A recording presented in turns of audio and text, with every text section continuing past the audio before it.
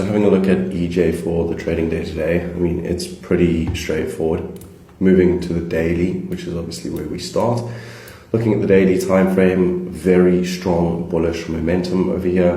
We've got the confluence of the current daily candle to close strong bullish engulf to confirm continuation to the upside, at least into equal highs. Okay, price managing to find quite a nice level of support over here, which we will map out.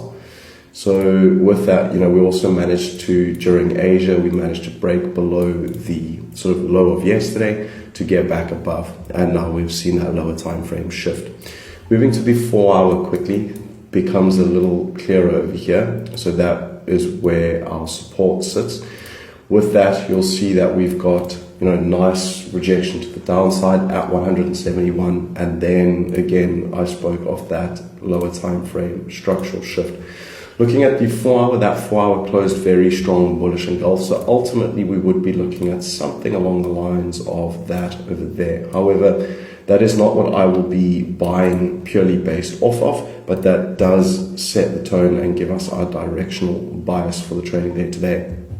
If we were to look at an area in which we could potentially scale in, it would be this area here.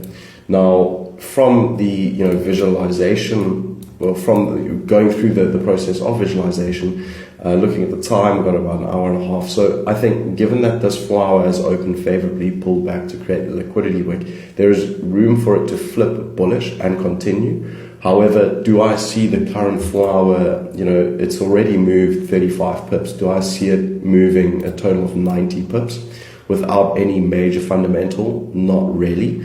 Which then leaves me to the thought of this 4 hour might just close bearish doji like it is now, for the new 4 hour to then open, push down, create another wick to the downside to flip, and on the flip we break, and that's where I will start looking to potentially get involved.